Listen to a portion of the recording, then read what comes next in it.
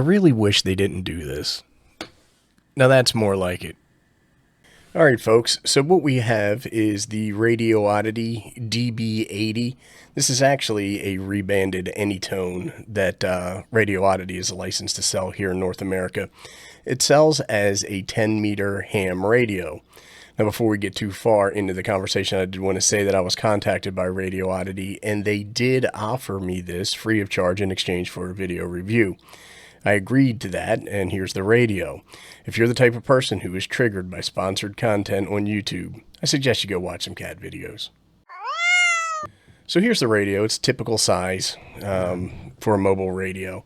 It does up to 80 watts, 100 watts, something like that. We'll check all that out, but probably in a separate video. In this one, I wanted to talk about frequencies that this radio can operate on and expanding those frequencies to cover other amateur radio bands. So when you take a look at this, when you boot it up, it comes into channel mode, and then you can see that we have various channels here that span across the 10-meter band. Now this is all programmable in software, so you can change or modify these to suit your needs. Also, if you press and hold this band button right here, you can go into VFO mode, and that's what this UF is supposed to be, a VF, to let you know that you're there. Now, when we talk about covering the 10-meter band, you can see here we are 29.7.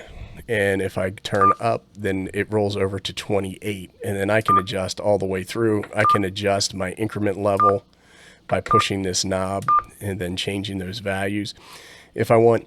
But what I want to cover today is doing the frequency expansion. So you can see today we go from 28 to 29.7.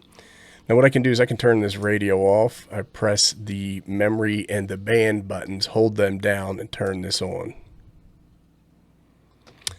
Now when it comes up, it says that we are on the ham band. If I rotate this knob, I can change that to HF.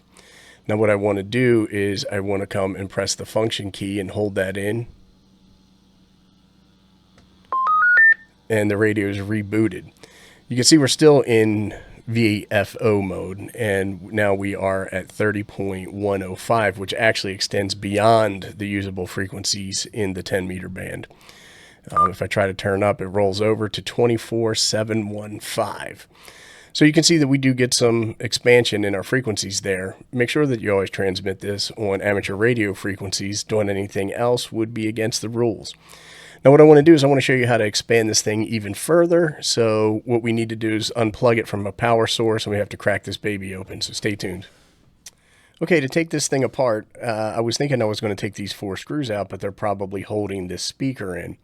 So what we're going to do is we're going to remove these 2 screws on either side of the radio. There's some over here.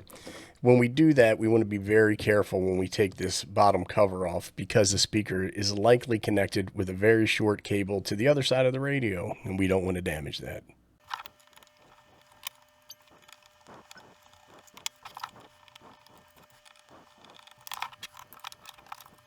Okay, I want to be really careful with this wire. Last thing I want to do is damage the speaker, the connection, or anything else. All right, when we take a look at this board, let me zoom in a little bit because we're going to have to do that.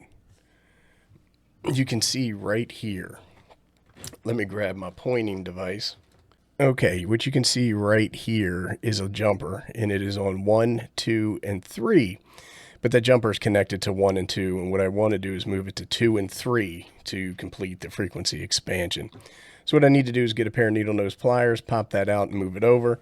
I'm going to go ahead and I'm going to do that off camera because I can't get all my hands in here with the needle nose pliers, so we'll be right back.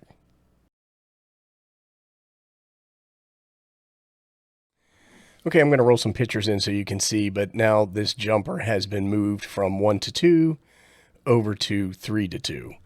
I'm going to put this back together. We're going to turn the radio on, and we're going to go through the process of expansion one more time and see what frequencies we come up with. All right, we're back together, and I'm actually going to just turn this on because we might not have to do the expansion process again. So let's see where we are. And we are in VHF mode. So let me just go ahead and there we go. You can see we go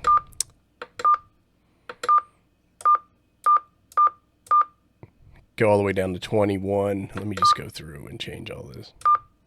Yep, and there we are at 30. So now the radio will cover the 15, 12, and 10 meter amateur radio bands. Remember, transmitting on bands you're not supposed to is a no-no, and don't do that. If you have any questions, comments, suggestions, or recommendations, go ahead and post them below, and I'll do my best to respond. As always, thank you for watching.